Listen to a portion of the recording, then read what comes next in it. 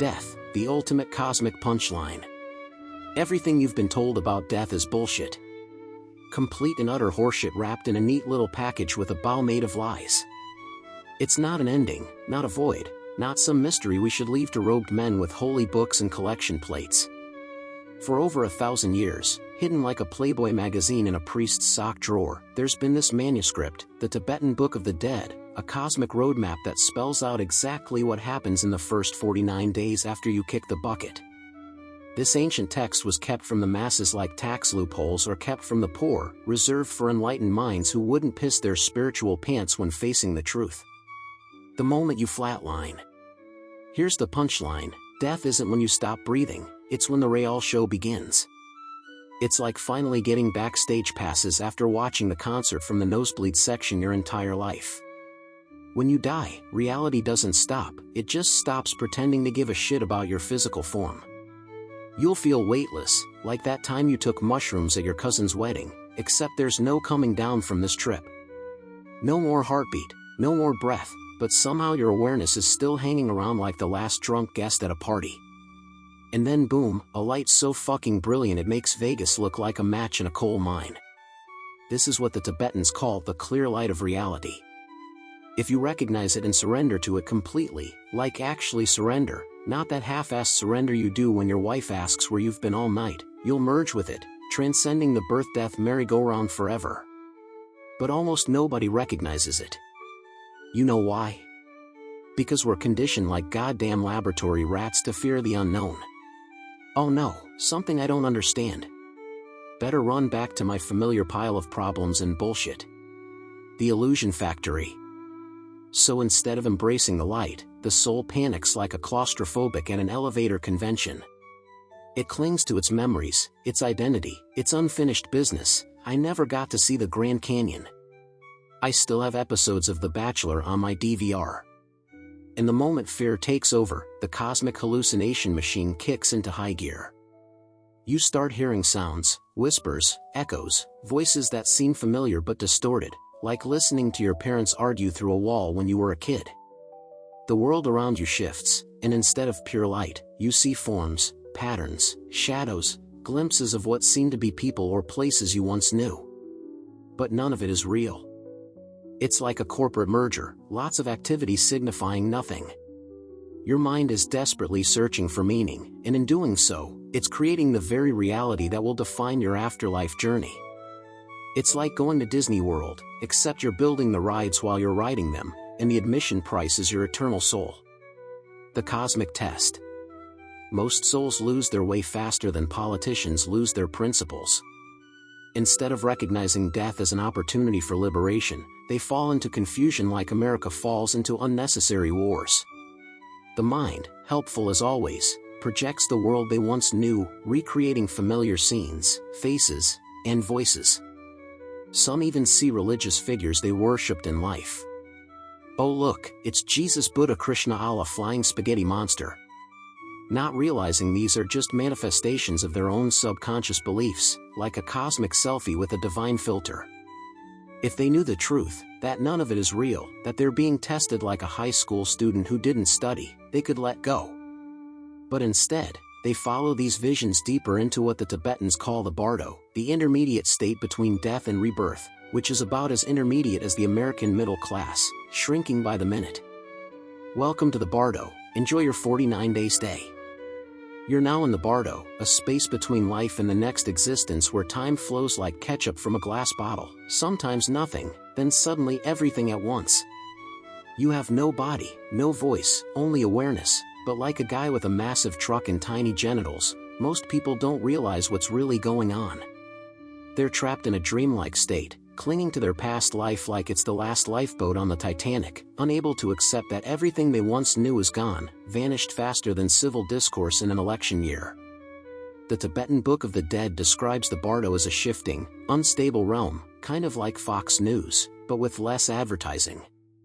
It's a place where reality bends and distorts, where thoughts become things, and where the mind itself creates the experience. Every fear, every desire, every hidden emotion that was buried in life now takes form like politicians' promises during campaign season.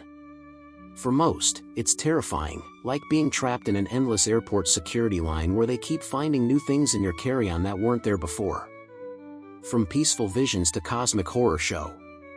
At first, the experience is neutral, even peaceful. There's no physical pain, no suffering, only awareness. Some describe this stage as floating through a vast open space, a formless void where thoughts ripple out like waves in an infinite ocean, or like farts in an elevator, depending on your spiritual maturity level. But then slowly, visions begin to emerge. The first visions are gentle and welcoming. Beautiful radiant beings appear, what some might interpret as angels, enlightened masters, or divine guides.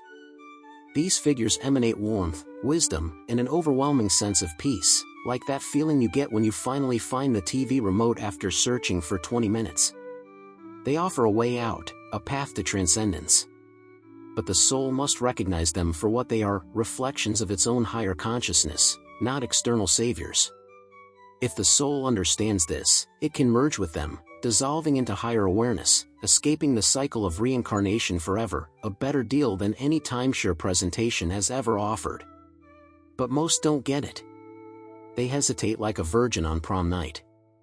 And hesitation is all it takes for the cosmic projection machine to switch reels. The terror show begins. The radiant beings fade, and in their place, shadows emerge. The peaceful forms grow distorted, their faces shifting into grotesque expressions, like politicians trying to explain why they voted against their own campaign promises. The once soothing voices become whispers of doubt and fear. What was once paradise begins to twist into something darker than Dick Cheney's soul. These terrifying figures aren't demons or punishments, though they'd fit right in at a health insurance convention. They're projections of your own mind, your regrets, your hidden guilt, your unprocessed fears. As the great philosopher George Carlin once said, "The reason I talk to myself is because I'm the only one whose answers I accept." In the Bardo, you can't escape your own answers anymore. The Tibetan Book of the Dead warns that everything experienced in the Bardo is a reflection of one's own consciousness. It's not an external judgment but an internal confrontation. It's like being forced to read your own high school diary entries out loud at your retirement party. This is where the journey becomes dangerous, because the more fear takes hold, the stronger the illusions become. The Bardo isn't just a place of transition, it's a mirror that reveals everything the soul refuses to face. And for most, that reflection is more unbearable than watching yourself on Zoom with bad lighting. The life review, no editing, no filters. By the third or fourth week, the soul reaches its next challenge, a full review of its past life. And this time, there's nowhere to hide, no delete button, no edit history option, no PR team to spin your story. The Tibetan Book of the Dead describes it as the Great Mirror, a moment when the soul is forced to confront the full weight of its existence, like stepping on a bathroom scale the morning after Thanksgiving, but infinitely more revealing. At first, it seems like nothing is happening. The wrathful illusions begin to fade, and for a moment, the soul feels like it's escaped, like when you think you've outrun a traffic ticket only to receive it in the mail 2 weeks later. But then a new experience takes hold, more vivid, more intense than anything before. It's not a vision, it's not a dream, it's reliving. The soul is pulled backward through time, through every action, every thought, every emotion it ever created, like binge-watching your life with no option to skip the embarrassing parts. But this isn't memory, it's full immersion. You don't just remember what you did in life, you experience it all over again. Every moment of kindness, every act of cruelty, every decision made in secret is now felt completely, not only from your own perspective but from the perspective of everyone you ever affected. If you caused pain, you feel that pain. If you brought joy, you feel that joy. There's no filter, no way to justify or excuse past choices. Everything is raw, immediate, and undeniable, like trying to argue with a GPS recording that caught you saying, "These directions are bullshit" right before you got lost. This isn't punishment, it's truth. The soul isn't being judged by some external force with a flowing beard and a superiority complex, it's judging itself. As Carlin would say, that's the whole problem with being honest with yourself. Eventually, you have to admit that you're full of shit. The final test, rebirth or liberation? After weeks of drifting through this cosmic mindfuck, the moment of decision arrives. This is the final test, the one that determines everything, like the last question on Who Wants to Be a Reincarnated Millionaire? The soul stands at a crossroads. It must make a choice, either recognize the illusions and break free forever, or give in to its desires and fall back into the cycle of reincarnation, like renewing a subscription to a magazine you never actually read. But here's the problem, most don't realize they're making a choice. By this point, the illusions have become so overwhelming, so convincing, that the soul barely remembers it's in the Bardo at all, like being so deep in a Facebook argument that you forget you haven't eaten in 12 hours. The visions now take on a new form, one that feels different from everything before.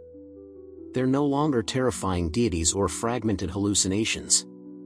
Instead, they become familiar, comforting, even tempting, like that ex who was terrible for you but knew exactly how to make you laugh. The Book of the Dead warns that in these final days, the soul will be offered a way out, but it's a trap, like those emails from Nigerian princes offering you millions. The soul sees visions of loved ones calling it back, familiar places appear, drawing it in with warmth and nostalgia. The soul feels a deep longing, a pull towards something recognizable, like the smell of your mother's cooking or the comfort of your childhood bed. These aren't just hallucinations, they're glimpses of the next life it's about to enter. The karmic forces have already begun shaping the next incarnation, weaving the conditions of the soul's return, like Facebook algorithms deciding what ads you'll see based on that weird thing you Googled at 3 a.m. If the soul clings to these visions, if it allows itself to be pulled in, it is instantly swept into a new body, a new life, another cycle of forgetting.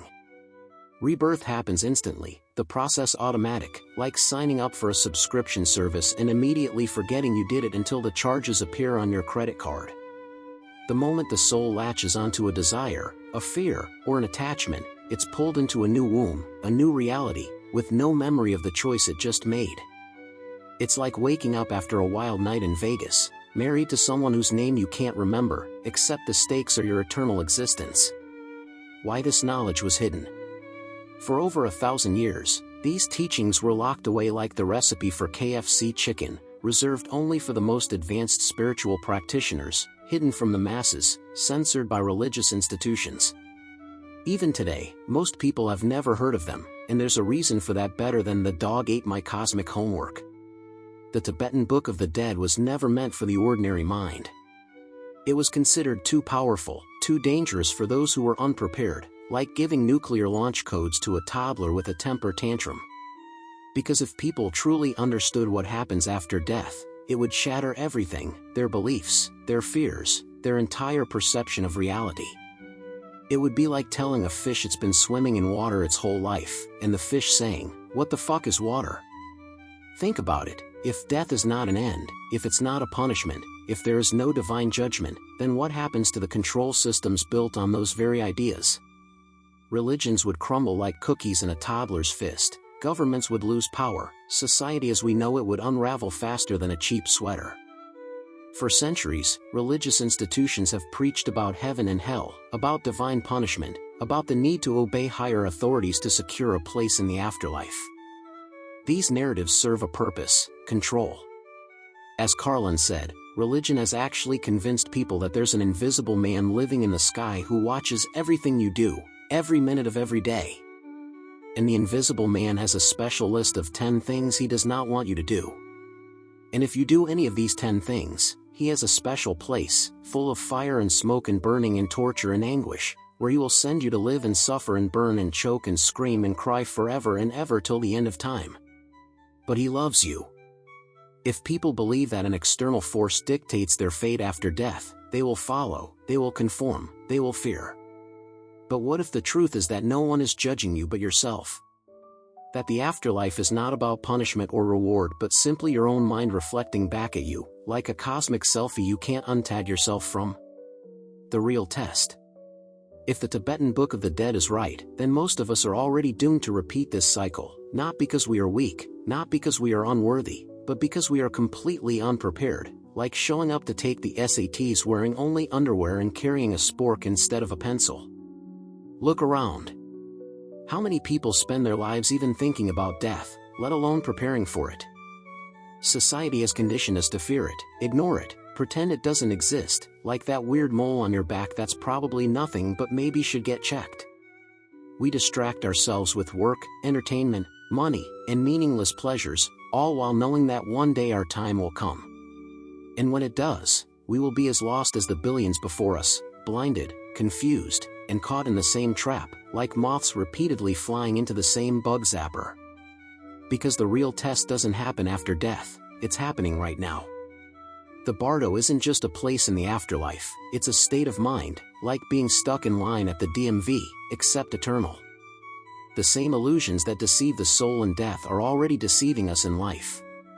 The fear that keeps souls running from the wrathful visions? It's the same fear that controls people every day, fear of failure, fear of rejection, fear of that weird noise your car is making but you can't afford to fix. The attachment that pulls souls back into reincarnation? It's the same attachment that keeps people chasing money, fame, and temporary pleasures, like dogs chasing cars, never asking what they'd do if they caught one. The inability to recognize illusions? It's the same blindness that keeps people believing everything they're told, never questioning the reality in front of them, like watching a magician and believing he actually pulled a rabbit from an empty hat. If you're not conscious now, you won't be conscious after death. This is why so few people escape. The Book of the Dead teaches that the same habits, fears, and desires that shape our daily lives also shape what happens after we die. Those who live in ignorance die in ignorance, like people who still forward chain emails because they genuinely believe Bill Gates will send them money. Those who are controlled by fear in life will be controlled by fear in death, like those who vote based on which candidate scares them less rather than which one might actually help. And those who live chasing illusions will continue chasing them after their body is gone, like people who believe the next promotion, the next relationship, or the next purchase will finally make them happy. The way out. The cycle is relentless, perfectly designed to keep us trapped, like a cosmic hamster wheel where the cheese is always just out of reach. And the worst part? We're doing it to ourselves, like repeatedly hitting ourselves with a hammer and wondering why our head hurts. But here's the truth most will never understand: the cycle is not unbreakable. The Tibetan masters left behind these teachings for a reason, so that the few who are ready can wake up, like being the only person at a theater who realizes they're watching a bad movie and can leave any time. And the first step is to see reality for what it really is, not what you've been told it is, not what you wish it was, but what it actually is. As Carlin said, it's called the American dream because you have to be asleep to believe it. The same applies to existence itself. Most people will continue living the way they always have. They'll tell themselves they have time, that they'll think about death later, that right now there are more important things to focus on, like making sure their fantasy football team doesn't tank this weekend. And then, in an instant, their life will be over, and they will enter the Bardo just as lost, just as confused as every soul before them, like tourists who didn't bother to learn a single word of the local language before traveling. But for those who wake up now, who begin to break the cycle before it's too late, everything changes. Because preparation doesn't happen after death, it happens while you're still here, still breathing, still capable of change. And that preparation isn't about religion or dogma or rituals, it's about awareness, about seeing the illusions for what they are, about breaking free from the fears, the desires, the false identities that keep us trapped, not just in this life but in the next. It's about understanding that your consciousness is like a muscle. If you don't exercise it now, it won't suddenly become strong when you need it most. As Carlin might say, expecting to be conscious after death when you weren't conscious during life is like expecting to run a marathon after a lifetime of sitting on your ass watching TV. Good fucking luck with that. So the question is no longer what happens after death. The real question is, are we already dead? Are we already trapped in a Bardo of our own making, drifting through life half asleep, reacting instead of acting, consuming instead of creating, existing instead of living? Most will move on and forget what they've just learned. They'll return to their distractions, their routines, their programmed existence, like goldfish swimming around the same bowl, forgetting every 3 seconds that they've seen it all before. But the few who understand will know that this moment is a turning point, like finding the exit door in a building you always thought was a prison. Now the question becomes even more urgent. If the way we live determines what happens when we die, then how do we prepare? How do we escape the cycle before it's too late? The answer is simpler than you think. If death is a test, then life is the study guide, but the problem is most people don't even know they're being tested. They live as if life is endless, as if death is some distant event that won't come for a long time, and then one day it does, like a surprise quiz on material you were supposed to study but spent the night watching cat videos instead. The Tibetan masters taught that the only way to be conscious in death is to be conscious in life. If you spend your life running from reality, distracting yourself with temporary pleasures and avoiding deep self-reflection, then when the moment comes, you will be completely unprepared, like showing up to a gunfight armed with nothing but a witty comeback and a bad attitude. You will cling to your identity, to your fears, to your regrets, and in doing so, you will be pulled back into the cycle, lost in illusion once again, like a fly repeatedly smashing into the same window, never understanding there's an open door 3 feet away. But there is another way. The first step to preparing for death is detachment, not in the sense of rejecting life, but in the sense of not being controlled by it.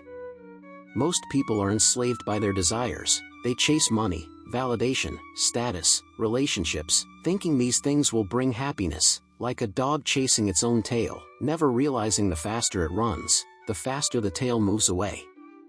But in the Bardo, none of it matters. The only thing that determines your fate is the state of your consciousness. The more attached you are to the material world, the harder it will be to let go. And the harder it is to let go, the more likely you are to be reborn into another life of struggle, another cycle of forgetting, like signing up for another round of a game you've already lost countless times. Detachment doesn't mean giving up everything and living in isolation. It means mastering your mind, learning to control your thoughts instead of letting them control you, like being the rider of the horse rather than being dragged behind it. It means understanding that nothing in this world is permanent, not your body, not your possessions, not even your identity. And once you truly grasp this, you will stop fearing death. As Carlin said, death is caused by swallowing small amounts of saliva over a long period of time. It's inevitable, so why organize your entire existence around avoiding it? The second step is awareness. The Bardo is a realm of illusions, but so is life. Right now, everything you see, everything you believe is a projection of your mind, shaped by conditioning, fears, and external influences, like watching a movie and forgetting you're in a theater. If you don't learn to see through the illusions now, you will not see through them in death. Meditation, self-inquiry, and deep reflection are the keys to breaking free, not as religious practices but as training for the final test. In the same way an athlete trains their body before a competition, the mind must be trained before it faces the afterlife. Because in that moment, your thoughts become your reality, like lucid dreaming, except you can't wake up. If you've spent your life reacting with fear, doubt, and confusion, that is exactly what will consume you in death, like bringing only gasoline to put out a fire. But if you've spent your life cultivating clarity, presence, and detachment, then in the Bardo, you will recognize the illusions for what they are. You will not run, you will not cling, you will remain still, aware, and free, like standing calmly in the eye of a hurricane while everyone else gets blown away. The third and final step is acceptance. Death is not something to be feared, nor is it something to avoid thinking about. It is the most important moment of your existence, the moment when everything is revealed, like the final scene in a movie that suddenly makes sense of everything that came before. If you live in fear of it, you will be ruled by fear in the afterlife. But if you embrace it as the natural transition that it is, you will approach it with peace instead of panic, like walking through a door rather than being pushed through it. The ancient masters spent their lives preparing for this moment, not because they were obsessed with death but because they understood that life and death are the same thing. One cannot be mastered without the other, like trying to understand a book by reading only the first half. And that is why modern society keeps people distracted, because a world full of people who do not fear death is a world full of people who cannot be controlled. As Carlin said, the status quo sucks. And those in power know that keeping you afraid, keeping you chasing meaningless goals, keeping you blind to reality is the only way to maintain that status quo. If you understand this, then you are already different from most. You are already waking up. But there is still one more truth you must know, because everything we have discussed, everything about the Bardo, about illusions, about breaking free, is meaningless unless you know this final secret. The final truth about death. Most people will never prepare for death. They will live their lives blindly, consumed by distractions, chasing illusions, fearing what they do not understand. And when the moment comes, they will be thrown into the Bardo, confused, lost, and unprepared, just as they were in life. But here's the final truth: death does not change you, it only reveals you. The Tibetan Book of the Dead does not describe an afterlife in the way most people think. It does not promise a paradise for the good or a hell for the wicked. It does not place judgment on anyone.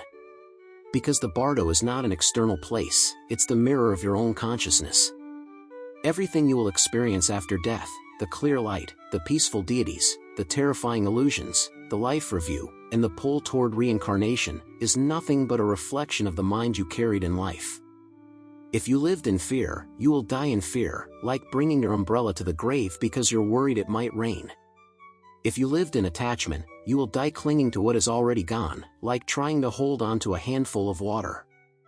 If you lived unconscious, you will drift through the afterlife in the same way, reacting, grasping, falling back into the cycle, like a pinball bouncing between bumpers with no control over its direction. But if you lived with awareness, if you trained your mind to see through illusion, if you prepared yourself while still alive, then in death, you will recognize the Bardo for what it is: a test, a transition, an opportunity.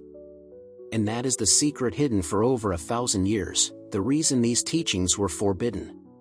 Because if people knew the truth, they would stop fearing death.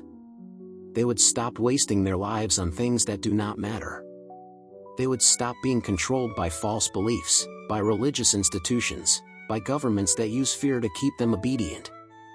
A person who understands death is a person who cannot be manipulated, because once you see the truth, once you understand that this life is only preparation for the next, everything changes. The way you think changes, the way you act changes. You no longer chase temporary pleasures or meaningless distractions. You no longer fear loss because you know nothing was ever yours to begin with.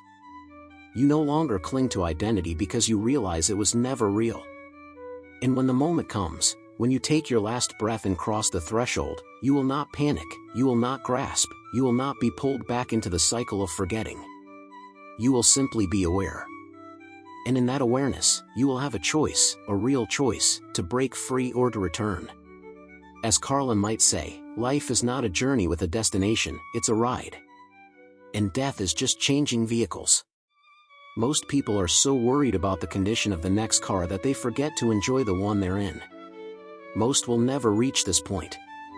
They will move on from this text, return to their routines, forget everything they have just learned.